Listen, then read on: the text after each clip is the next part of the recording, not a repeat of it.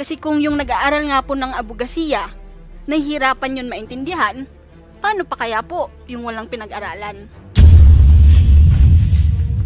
I'm a teacher po kasi, hindi ko kayang mapabayaan na mali yung pagkakaintindi. If there's something wrong with the answer or the explanation, I have to call it out. Outright.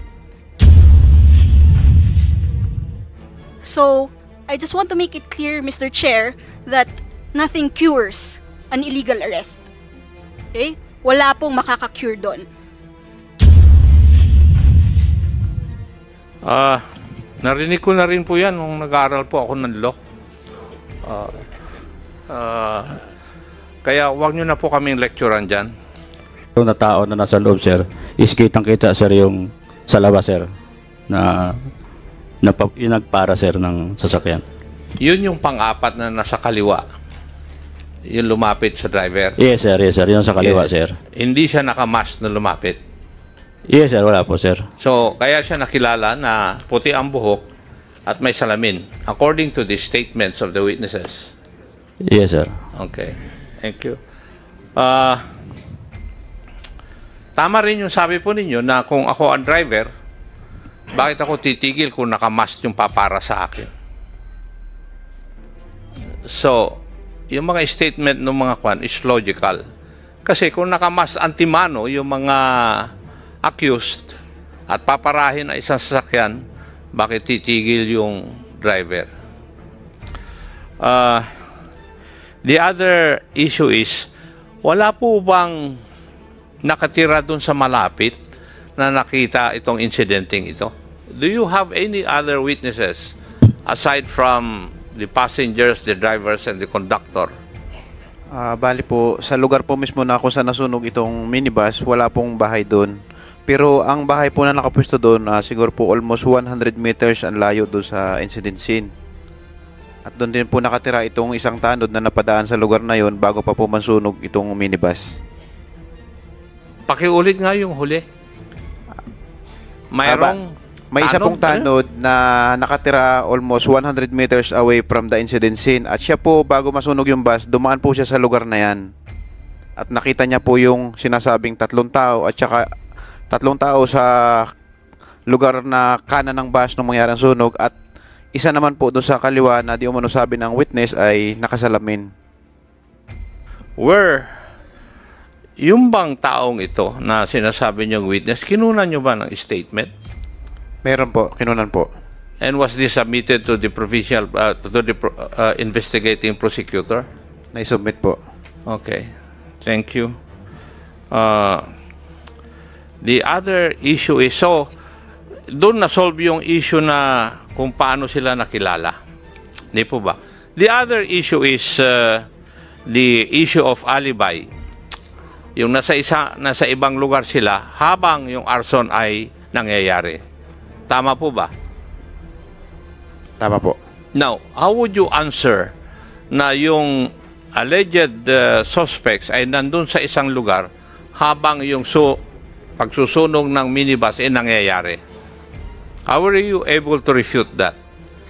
Bali po sa information pong nakalap ko bilang investigador on case, ito pong caretaker ng Mikasa Resort ay nag-report sa Police Mulanay. Ang sabi po niya, dumating doon nung 5:48 ng hapon.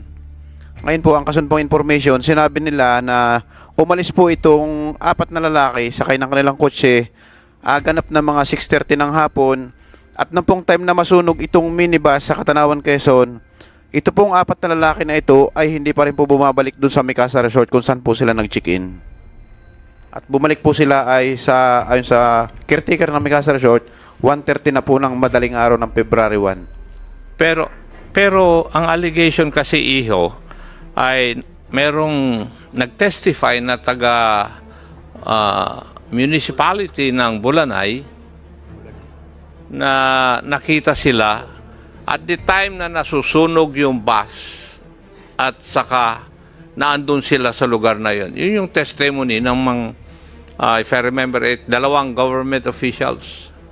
Tama po. Yes. Bali yan din po yung testimony na sinasabi nila, pero inaantay po namin na ilabas do sa pinagbigyan po sila na makasagot sa kanilang counter affidavit, subalit hindi naman po na isubmit sa court, sa fiscal office yung kanilang counter affidavit na nagsasabi na sila nga po ay magkausap nung time na nangyari yung incident na pagsunog ng minibus.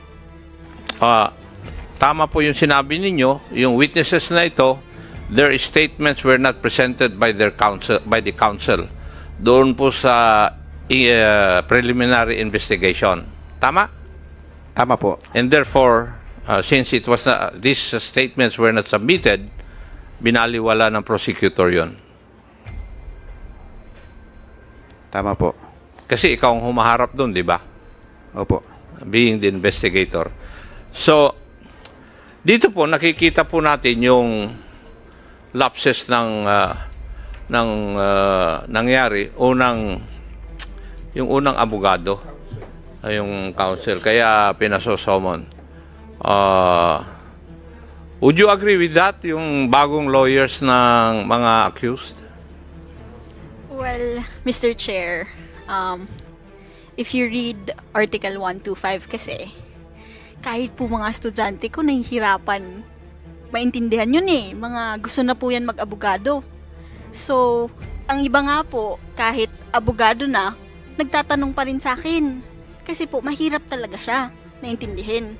Siguro po, as part of the mandate of this committee, it's an inquiry in aid of legislation.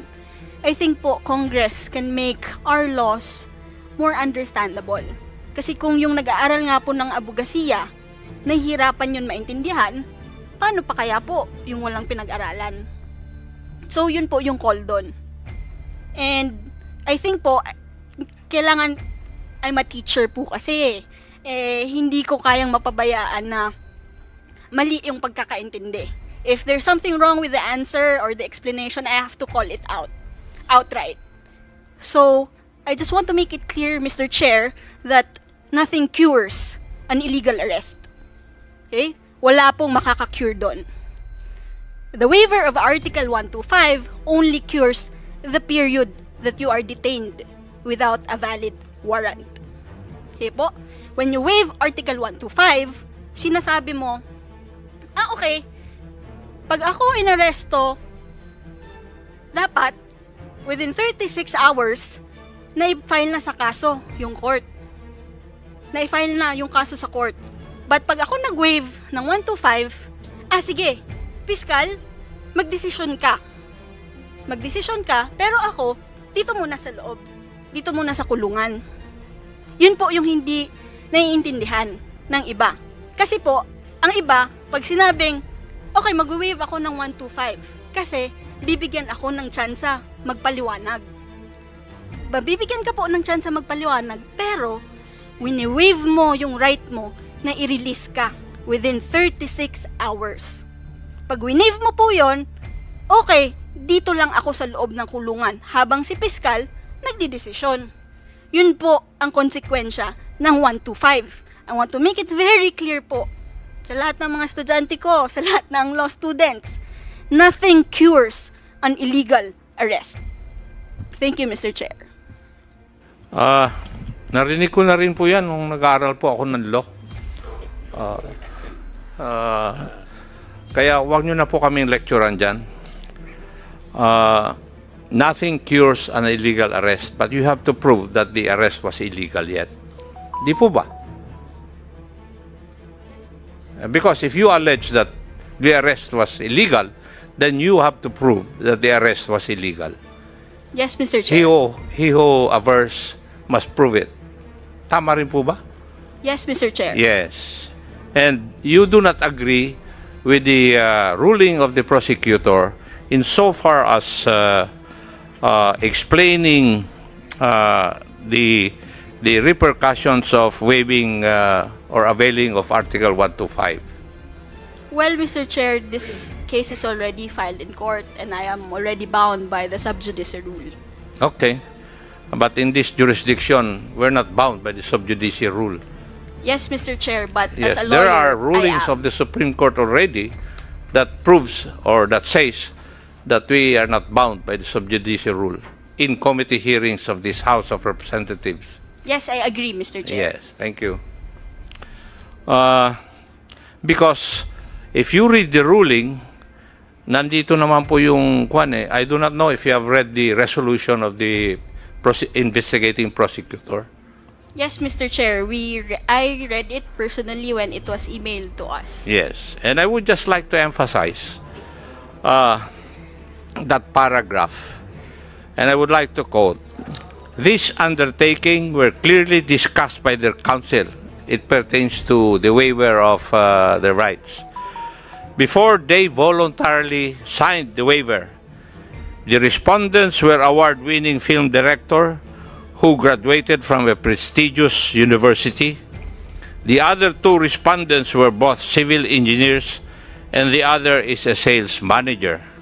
It is impossible that they did not understand the contents of the request, since their own lawyer assisted them in the process of signing them. That's the exact wordings of the resolution of the prosecutor or investigating prosecutor. Yun po yung kwan. So, while I agree with you that students of law, or even lawyers for that matter, do not fully grasp the meaning of this waiver, I agree with you, Madam. Pero, ito po ay kasama sa protocol, di po ba? At ginawa naman, pinagawa ng prosecutor na yung counsel of choice ipaliwanag bago pirmahan yung waiver na yon. That is the protocol, di po ba? Kasi I have been an investigator in my whole life. At ginagawa talaga ito. Di po ba? Yes, Mr. Chair. So, yeah. So, nagawa naman yung prosecutor lahat ng protocol para maprotektahan yung karapatan ng mga accused. The way I look at it, yun ang kwan. Doon sa mga pulis, doon sa hot pursuit to be kwan, hindi naman kailangan na ilagay mo doon sa blatter na you're conducting hot pursuit. Hot pursuit is brought about because of the second instance where you can arrest a person without any warrant of arrest. Kaya intindihin po yun. Kasi palagi nyo ginagamit yung term na hot pursuit, wala naman sa provision of law yung term na hot, or yung phrase na hot pursuit eh. Yeah. Thank you, Mr. Chair. Kasi thank you so much. Itong kaso ay nasa korte na. Oo nga eh. So, doon na sila maglaban-laban. Thank you, Mr. Chair. I was listening intently, doon sa mga pinag-uusapan ng both lawyers, no. I was about to say something then na Duralex said Lex, no. I took up law also for 1 year and the law may be hard but still the law, di ba? Ang hirap no. But we know maraming mga lapses doon sa procedure that we need to understand, especially dun sa attorney that convinced the poor suspects to sign the waiver and thereby creating a solution for the hot pursuit. And it pains us, no? Dahil nga, of course, kung talagang walang kasalanan, dapat wala na sa kulungan.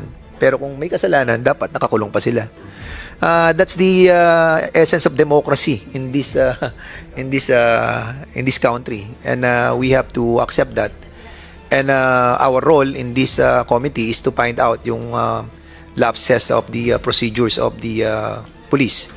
We have seen, and that's the reason why we invited the NAPOLCOM and the ILG to somehow, yung the appreciation of the NAPOLCOM with regards to those.